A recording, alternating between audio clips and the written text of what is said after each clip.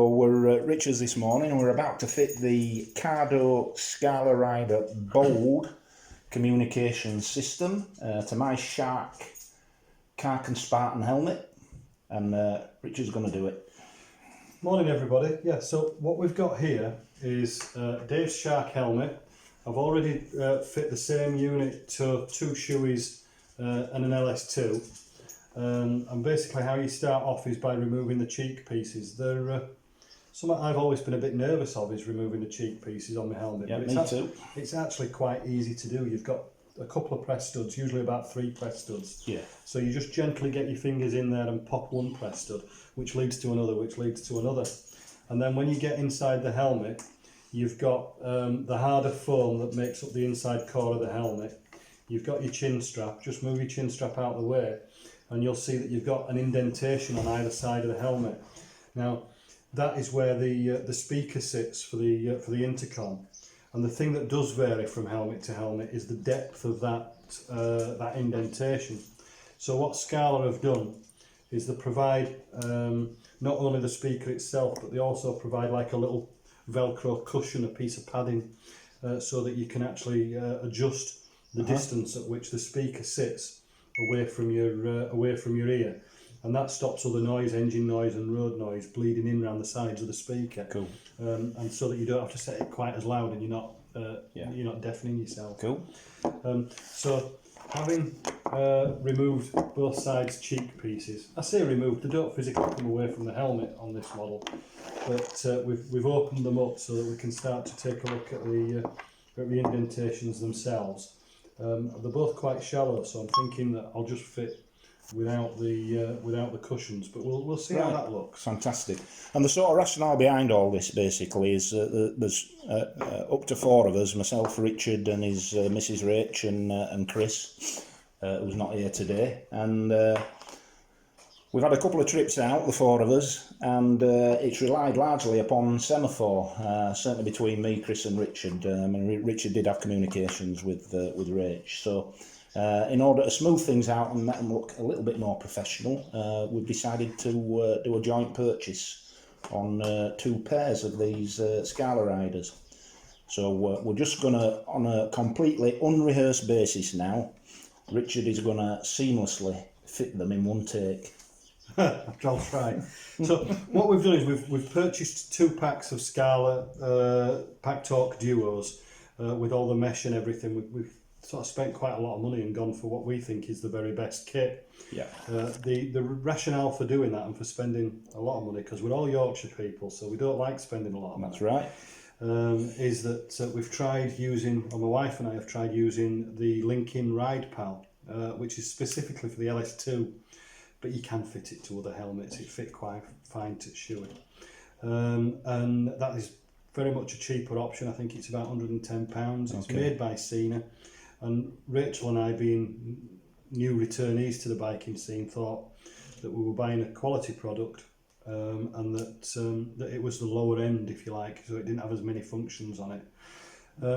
Now, it's not a bad product. The sound quality between the two units is good, but we've had a couple of problems with batteries eventually failing, especially on my helmet, because I ride most days when I can. And also as well some of the wiring breaking. Right. So having really sort of tried with the Linkin Ride Pal, we thought we'd go for something a bit more expensive. So Rachel and I bought a duo pack from Amazon, and then the 2 gents as well, Chris and Dave, we've bought another pack for them as well, so that we can try and fit it. So that's the unit itself. It then comes with your 2, just unpacking it all. Get a close up of these. So these are your speakers themselves. You've got a shorter lead and a longer lead. The shorter lead for the left hand side, the longer lead for the right hand side. And it's got really nice gold coloured quality connections, which I quite like that. Cool. You've then got a choice of 2 different types of speaker that come with a unit. You've got the fixed speaker and the boom mic. The boom mic I've fitted to my LS2, We then tested it against this, plugging one in and then plugging the other in to see which one was the better microphone, and they're both of equally good quality. They're both fine. I do use the boom mic on my composite. And and that's essentially because you've got a sort of flip top arrangement there, which lends itself to a boom mic. Exact. And it's reasonably easy to fit. Yeah. And then this is the standard mic that we're going to be fitting to Dave's helmet today. Okay. And then these are the cushions. So right, view from the cheap seats there. Everybody, be quiet. Quite cleverly does, and I'm sure quite cheaply. I don't think it were a very expensive modification. Is they provide a little cushion for your speaker to sit in, so that you can vary the depth or the amount of distance there is between the speaker and your ear, so you don't have to have it quite as loud on the motorcycle, right. To avoid engine noise and things bleeding in around the sides of the speakers. And I think that's quite clever and quite a cheap modification. It's really good. Yeah. I don't know whether we're going to need to use it on your Shark, but we definitely did need to use it on the Shoeies. Okay. So we're going to be looking at doing that. So, first of all, some people have helmet rings.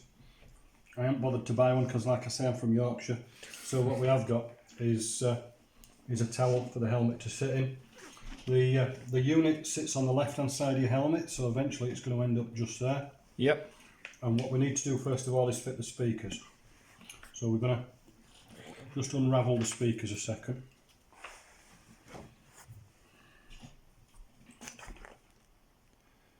I didn't realise there was such a thing as a helmet ring. You can get like a ring Is that like a hemorrhoid ring for sitting on, hemorrhoid cushion? It's about the same size, David, yeah. In fact, you could sort of buy one and use it for both. Either helmet or hemorrhoids. Interesting thought. Yeah. Yeah, it's not as bad as the conversation I had about Chris's helmet last night, where I said that Chris's helmet was very dirty and covered in flies. Rachel nearly spat a cup of tea out. Oh, I'll bet she did. So what you've got is two Velcro pads. Yeah. One goes in one side, one goes in the other side. So before you make a decision about whether you need the cushions or not, you just fit one of those. Okay, so these are just your standard 3M self-adhesive Velcro pads. Yeah. 3M, of course, the king of adhesives. Well, certainly backing's stuck to. There we go. So I've checked already that the indentation is clean. There's no dust or anything on there, and all I'm doing is just fitting the little bit of Velcro just into the bottom of the. Yeah, we can see that. Of the circle. Perfect. And just while we're here, just for ease, I'll just do it to the other side as well.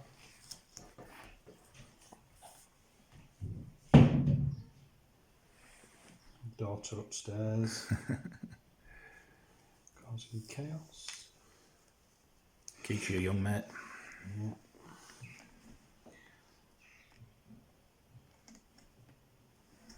So just done the same thing there as well. And as I say then, with the speakers you've got a short cable and a long cable. Yeah. Ultimately it's all going to end up with the unit on the left hand side of your helmet, which is that side. So we put the short one with the connection facing towards the back of the helmet. Yep. You put the short one into just. And the reason we're going on the left, or one of the reasons that we're going on the left, is because on the right hand side is the mount for the Ghost S that's true, Dave. helmet camera, which is what you're viewing at least some of this on. I mean, I suppose you could reverse everything and fit it to the right, but then your Scala unit would end up facing backwards. Yeah. All the weatherproofing and everything is designed for it to face in in one particular direction. So there is sticking to the left hand side if you possibly can. Absolutely. So then what we're going to do is just get our fingers into the helmet lining itself, which is it's loose really. It's not. It's stuck at the front and at the back, but other than that, it's quite sort of loose inside the helmet. Yep. So in my hand, then I've got the right hand speaker, and I just literally pass it like playing past the parcel through the lining and bring it out then the other side. So you can't really see it on camera, but I've got to a point now where the speaker is basically just resting in the bottom of the helmet there. Yep. And then I come at it then from the other direction and just pass it through the inside there, like that. Now the beauty of having Richard do this, of course, is that he's done it before 3 times. I'm the team specialist now. Yeah, doing is the strongest form of learning, and plus I'm as lazy as it comes. So. Well, I must admit, when I bought my LS2, I got the shop to fit my unit for me. Right. I was quite nervous about the idea, but if anybody's looking at this for the first time and thinking, well, I really don't fancy having a try at it, it's not difficult. There's a couple of videos by Scala that show you how to fit it, and the instructions are quite clear as well, so okay. I wouldn't be nervous about doing this at all. So there you go, folks. Don't be frightened, give it a go. So what I've been able to do is I've been able to fit both speakers in now. There's no cushion behind them yet, because what we're going to do, Dave, is we're going to try the helmet on and see what you think about the position. We can either put these in or not, as cool. The case may be.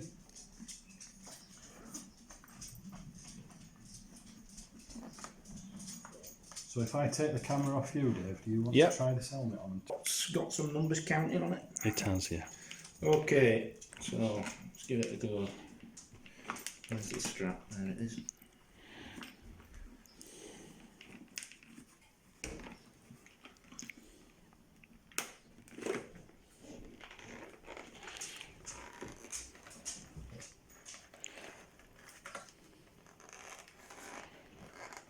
Right, so here we are. What am I looking for or feeling for? Do you feel as if the speakers are pressing against your ears? Is it uncomfortable? Not at all uncomfortable. Right, let's try it with cushions in and see what we think then. Okay. So we'll try it with speakers, cushion behind. So that's one of the cushions there. So all I'm doing is taking the speaker back out again because it sits on the Velcro pad. Yeah. And then putting the cushion in behind it. Now I can get it to fit. There we go. Checking that it's okay. And then I'm going to do the same thing on the other side. Yep. And the beauty of these, of course, is that if you don't like it, we can just go back to where we were. Yep. Fantastic. But I do think that that's a really, really good idea by Scala.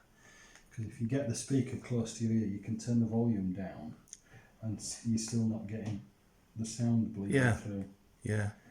It's certainly not something I saw on any of the Cena products that I looked at. And certainly the fit and finish of this this kit's certainly high end. It looks a quality item. Definitely. Right. So you are now ready for another test fit there. Okay. Now I could see when you were putting that on that felt a little bit tighter for you there. No. No, you're alright with that? I think it's a little bit tighter here because the lining's not quite right yet. Fully back in place yet. Yeah. So that would account for that. But in terms of where the speakers are, I'm conscious that they're there, but it's not at all uncomfortable. It just feels like part of a normal profile of the inside of the helmet. So shall we leave the cushions in then for now, and then you can take them out if we need to later on? Yeah, leave them in. Right, okay. Done that now. I'm just going to check the fit of everything. What's that? All right, okay.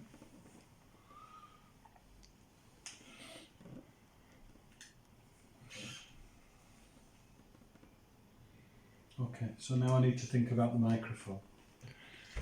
So we've got two choices of microphone. We've got the boom mic, which is primarily for the, is it composite helmets that we call it? Flip top composite, yeah. For the flip top helmets. And you can see that that's how that fits on my LS2. And that was not difficult to fit at all. It's just a matter of placing two different Velcro pads on the inside of the helmet and then mounting the boom mic the right way around to the Velcro pads. And then it clips into the unit exactly the same as just a normal microphone. So basically, the boom mic really is your only option for a flip top lid or an open face helmet. I'd say so, yeah. Because the self-adhesive internal mic has to adhere to the area of the helmet in front of the mouth. I was quite concerned at the time that I fitted that to make sure that the sound quality was the same. Yeah. And we tested both and they are exactly the same. So that's good. And then on Rachel's helmet, you can see that just there we've got the standard microphone just in there. And that's what we're going to fit to Dave's helmet today. Okay, and that's going to go to the left-hand side. It is. On the right-hand side is the mic for the Drift Ghost. So this is the standard mic. Just unwrap it. You look at these, both the speakers and the microphone, and think, well, the cables are very short. But the unit itself does have some cabling to it. Ah, yeah, and of course. both come and meet each other. Yeah. So this isn't the entirety of the cabling lengths that you've got. Cool. And if anything, there's slightly too much cable. You have to find places to hide it rather than there being too little cable. So I think we should be okay. Right. So what I'm looking for is to choose the position of the microphone, which I think is going to fit just in there, Dave. Okay, so that works for me. Well out of the way of the other microphone, so yeah. you've not got any interference between the two.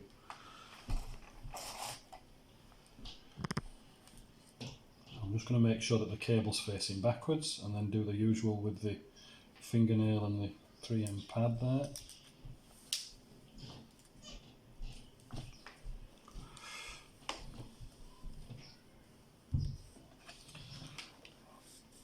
You've got that on camera or not, because it's quite dark in there, but literally all I've done is I'll just get a shot of it. Yeah, that's adjusted the lighting, so yeah, that's a clear view of that. Right. Super. And that's all in. So what you've got then sitting in your helmet is the speaker unit, which is still hanging loose, not connected to anything.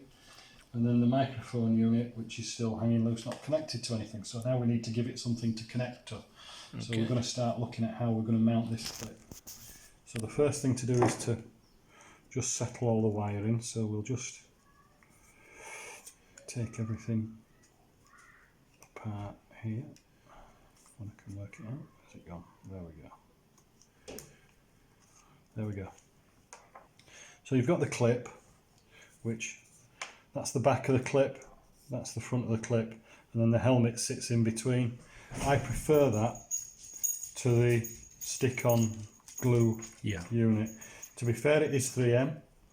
Dave has got the mounting for his camera on the right-hand side of his helmet, and I'm feeling that now, and it is absolutely rock solid. I just don't like the idea of having something that I've spent a couple of £100 on stuck on the side of my helmet. And other people say a similar thing. A similar review of this kit is on YouTube, courtesy of the Missenden Flyer, and his advice in relation to that clip fitting is exactly the same. So what I'm looking for now is to just separate the lining from the helmet slightly a little bit, so that I can see that the back of the clip fits into the helmet just there. And I can see that there is a gap. I haven't created that, that's how right. It is. Yeah. So what I'm going to do is I'm going to slide it down in there. This is probably the most, not tricky, but it's certainly the one that involves a certain amount of application of strength to it, and it's the one I was most nervous of the first time I fit the helmet. Right. But there's nothing to be concerned about, because it's only a small clip, and it moves everything out of the way as you clip it on. So. And of course the reassuring thing is, if it requires a degree of strength to apply it, it's going to require an equal degree of strength for it to drop off again. Yeah, absolutely. That's pretty much on, is that? That's great. Straight off the bat, it's... What I'm checking for is just to see whether there's a gap there. Yeah. Because ideally it should fit snugly.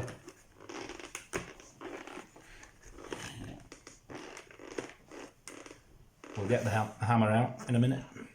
You joke. I did exactly that. I got a little toffee hammer and just tapped it with a little toffee hammer. That's what we need to do. because the LS2 fitment is a little bit more difficult to do, and I'll show you why in a second. Okay. So I'm very happy with that now. That's looking really secure. Yeah, no problem at all. So now what I'm going to do is I'm just going to reach across and grab the LS2, because I'm going to show you what I had to do to get around that, because that particular stage on my LS2 helmet was the most difficult. The shoeies and the sharks seem to be a little bit easier. So the LS2 helmet, this is a Valiant, and as you can see, the bottom lip of the helmet is much wider than it is on the shark. The shark's, you know, 1/2 centimetre at most. That's maybe 1.5 centimetres. Yeah. And I was really struggling to get this clip over that, and to get it down inside the helmet. Equally, I didn't want to fit the sticky glue, so I'm afraid what I did, I took a look at this and I thought, well, if it adds to the strength of the helmet, it's not a lot, because it's loose and it's just a piece of trim really that you know, that finishes off the helmet. So what I did was I took a Dremel multi-tool and I cut a little bit away from the side of the LS2 trim here to be able to fit the clip over the top. Now I didn't like the idea of cutting a helmet at all, so what I wanted to do was cut as little as possible, so it's still not as good a fit as it is on the sharks or the shoeies, but it's a solid fit. I'm happy with it. It's not going to fall off, and if I have compromised the strength of the helmet, I've done it to the least degree possible. And once you get over that clip, once you've you know, machined a little bit of it out of the way, the actual strength, the width of the helmet is exactly the same. So yeah, once you've done that, it mounts and it clips really well. Okay. So depending on the kind of helmet you've got, you may have to use a little bit of tooling. But you've a decision to make, haven't you, as to whether you use the stick-on sticker. But again, the Valiant doesn't lend itself to that, in so much as, if you look here, there's two different surfaces on the side of the helmet. Yeah. So that even the stick-on isn't going to be absolutely perfect on the Valiant. No, I'm going to say the degree of curvature there is quite pronounced, isn't it? So yeah. Okay. So I do like my LS2 helmet, but it was a problem to fit this particular unit. So. Well, that's what you get for going out and buying hyper-expensive helmets, isn't it? Okay. I didn't think it was... I bet it were more than 150 quid. Yeah, well, yeah. Because that's all that one costs that you're working on at the moment. Absolutely it was. But I do quite like the modular helmet on my R1200. So what we've got now is you've got the wires for the unit itself, you've got the wires for the speakers and the wire for the microphone, and we need to bring the two together and make make a connection between the two. So I'm going to start with the speakers. No, I'm not. I'm going to start with the microphone, which I know is that connection, and then I'm going to do the speakers, which I know are that connection there. So stick my hand in the helmet again, find the microphone connection, and what I'm doing is I'm taking it through the same gap that the chin strap will eventually fit back into, around the cushioning of the helmet there. That's a good solution. And then you literally just clip them together like that. There we go. Yeah. Right, and that's your speaker done. Admittedly, at the moment, you've got lots of superfluous wire, but bear with me, we'll sort that in a minute. Okay.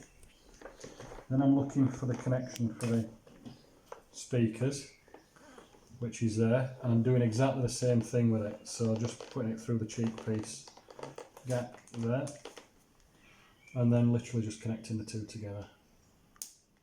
Couldn't be easier. And we've got to a point now where if we fitted the Scala unit, everything would work now. But we've still got loose cheek pieces. Potentially we've still got a loose lining that we just need to put back into place. And we've got a couple of superfluous wire connections that we need to just tidy up. And you kind of do that by laying your helmet back on its side again and feeding the cabling as much as you can into the back of the cheek piece.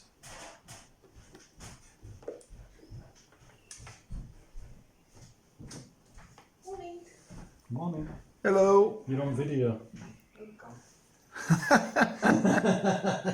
You are on YouTube. No, you're not live on YouTube. No, so no, you're we're not all live. You're all right. Dan's picking us up and we're going to spoons. Cool. Can we come with spoons as well? No. All All right. Where's Heather gone? I don't know, where's Heather? right. She might be up in her room. Right. So That's fine. just for you, Dave, at the moment, that's how it's going to look. Yeah. Now, what you can do is you can just put a little nick in, and you can bring it in round back there, and it'll be Yeah. even neater. But for now, if you're all right, I'll just leave it at that. Yeah, that's absolutely fine. The other thing you could do is just a piece of duct tape just there, Yeah. just to keep it nice and Yeah. laid, you know, to your cheek piece, just Yeah. there. So what I'm going to do now is all the wiring is going to sit behind the cheek piece, and I'm just going to bring the chin strap back through the cheek piece gap there, and that's ready to return back to position now. So I'll just check the other side. That's for your camera, isn't it? That's the one. Yeah. Thought I'd found another one No. there that I didn't know. No, that's definitely for the ghost. Right. No, that's alright. Don't know where my hand mic is here. Yes, look, it's just down I'm going to here. get really annoyed at it. We'll edit you out. Don't worry. You can come round this way if you want. It's okay. So all I'm doing now is I'm just pressing the press studs back in. Yeah. You just start at one side and just work your way around it. And I can find the next press stud, I will anyway.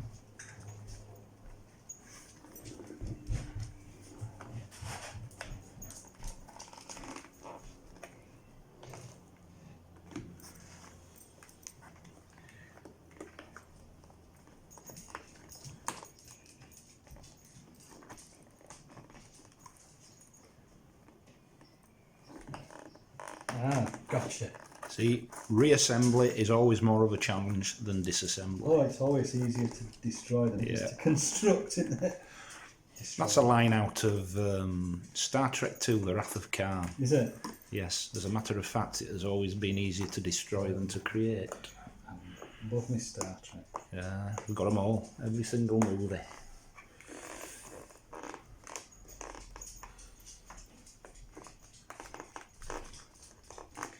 What do you think's at new ones? Well, what do you call the new ones? The new movies or the? The new movies with the new people playing Kirk and Spock and I went to see the second one, Into Darkness, yeah. which Mark Kermode said you could watch independently and had no relevance to existing Star Trek fans, which is an absolute nonsense because it was a remake of The Wrath of Khan, which It is, became yeah. very obvious 20 minutes in. Yeah. So, thumbs down for that, Mark Kermode. You normally bang on with your critique, but wide of the mark there. And that's the best one of the three that are currently available. Saw it in 3D at the IMAX. It was breathtaking. Have you seen? Oh, hang on a minute. I'm doing it. That's strange. Just give you a little pause there then. Yeah. For work it out. I'm just finishing the other side cushioning, cheek cushion, returning that one. Just back to position. It is just a matter of pressing and pressing until you get into the right place. But there is like a little satisfying snap as the press stud touches the right spot and you get it in there. And that is looking good. Looking alright. We're good to go. I think so. Right, there we go. So all I've done there, once I've done the cheek pads, is just make sure that the main body of the lining itself is just in position. Now, as I say, it's Yep. very loose. Everything, the cheek pads really hold the main lining of the helmet in place. Yeah. So once you've got the cheek pads into place, it's reasonably simple just to press and push until you get everything back to normal. But what I want to do now, Dave, is just have a little test fit and just see if you're happy. So I'm going to take that off you. I know what that is. It's alright. If you know what it is, I won't worry about it. Right. Here goes then. Yes. Hello. And that feels absolutely fine. Is that all right? Good. Right, I'll give you that back. And there you go. Let's just stop filming for just a second. Yep. Okay. Sorry, I'm eating. That's all right. So you're left with now very few bits and pieces. You've got the stick on that we're not going to be using, so we don't need that. You've got the boom mic that we're not going to be using at the moment. You might need it for another helmet later on, so we'll keep it, but we don't use that. And that's a Velcro pad. And again, relates to the boom mic that we're not going to be using today. So Fantastic. we're left with a couple of bits of rubbish, a cable, and a socket plug. So this is useful in two ways. First of all, you can put it into your computer. You can go onto the Cardo Pactalk site. You can register your product. You can change all its settings on there. Yeah. And you can start to begin to mate them all together as well. So we've already done that today. But also as well, you can use it as a charging unit, so you can put that in your back box. And then when you get to the hotel, wherever you're going, you know, if you're on North Coast 500 or something like that, that clips in just there like that. And then that clips in just there like that. And you can just slap it into a socket on a wall and it'll sit and charge for you. And we are reliably informed that a full charge in a morning is sufficient for a full day's communications. Yeah, I've not tested it to know yet, but certainly the claims that are made by Cardo are a lot longer than any of the other claims. The other thing as well is that this product is guaranteed as waterproof, whereas the Cena products aren't as much. They're water resistant. So that's good. And I'm sure they are waterproof in so much as that is a solid piece of rubber that sticks right into that connection just there and just prevents ingress of water. Yeah, and it's on the underside as well. And it's on the underside as well, and at the back as well, so it's the place that's the least exposed. So what you've got then is the unit itself. It mounts in two places, front and back, but the flexible one is the rear mount there. Yeah. So all you do is you clip it into position there, open up the mount at the back, and it clips into place. That's solidly on now. Brilliant. So switch it on.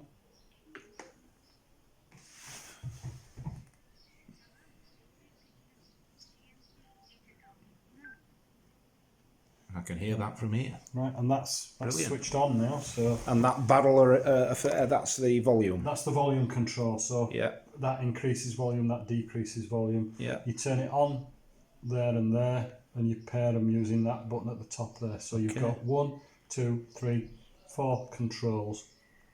And a pop-up aerial. Pop-up aerial for the FM radio. Ah, so that's what it's for. It's nothing to do with the mesh. I'm not saying it's not, but I assume it's for the FM radio. Okay. To be honest, that's probably the least attractive function of the unit. Right. I'm not a big listener to radio. I do like listening to music, so what I've done is I've paired mine with my phone With your so phone, that I can listen to my iTunes as I'm barreling along. So, fantastic. What we're going to do now is fire up a couple of the helmets and we'll see if we can create the net